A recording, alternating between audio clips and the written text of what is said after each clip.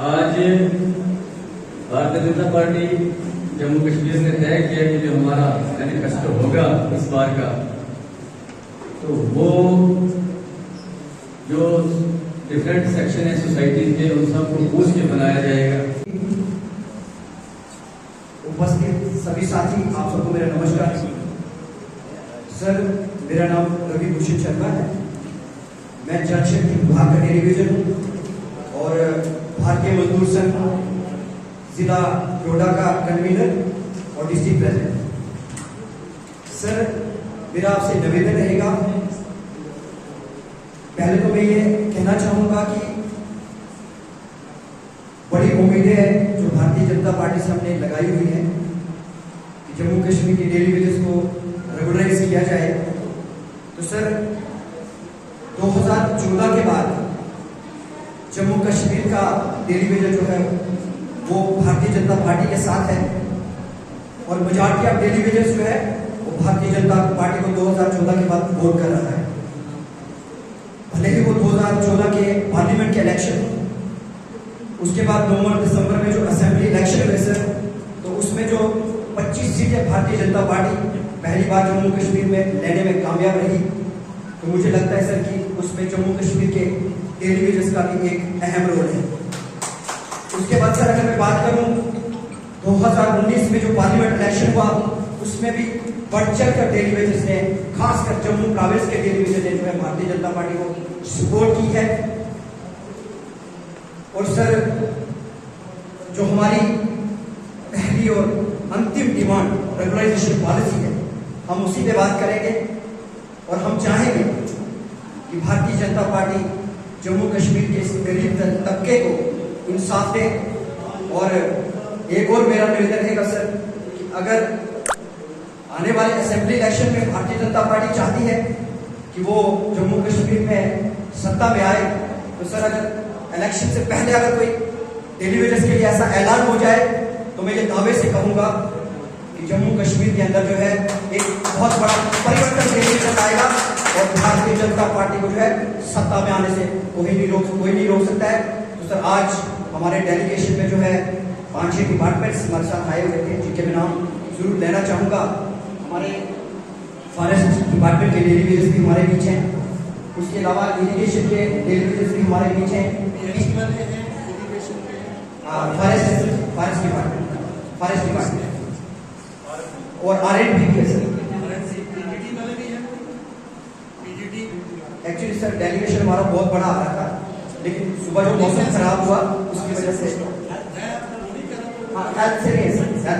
कि माननीय नरेंद्र मोदी जी जब पहली बार उनको नॉमिनेट किया था भारतीय जनता पार्टी ने प्राइम मिनिस्टर कैंडिडेट, तो 2014 में सर उन्होंने जम्मू कश्मीर का दौरा किया था और उस दौरे के दौरान एक बहुत बड़ी रैली जम्मू में हुई थी और वहाँ उस रैली से उन्होंने जम्मू कश्मीर के डेली वेजेस को इंसाफ देने की बात कही थी।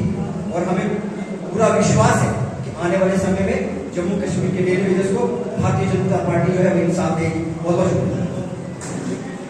जनता पार्टी के वरिष्ठ नेता वो इस मैनिफेस्टो कमेटी के चेयरमैन है और मैनिफेस्टो केवल ऑफिस में बैठ के नहीं बनेगा, डिफरेंट डिस्ट्रिक्ट्स में जाके, डिस्ट्रिक्ट हेडक्वार्टर्स में जाके, अलग अलग ऑर्गेनाइजेशन से मिलके उनकी बात को सुनना और ये बात सुन के अपने मैनिफेस्टो में इसको इनकॉर्पोरेट करना, हमारी सरकार बने, हमारा क्या विजन होगा, उस पर ये सारी आपसे चर्चा की जा रही है। जहाँ तक आपका डेली वेजेस की जो बात है, इसको बड़े अच्छे से इसको समझते हैं कि 1 लाख परिवार उनकी बात है। जब क्योंकि 3 साल में भी MLA यहाँ रहा है, हमने सब देखा है, उस वक्त आप जिन सरकारों में लगे हो, कोई सैलरी का कोई हेड नहीं, कहाँ से इनको पैसा मिला कुछ नहीं, मेंटेनेंस का जो पैसा आता था लाइनें जो रिपेयर करने का, उसमें से आपको पैसा दिया जाता था कहीं ईद और दिवाली पे।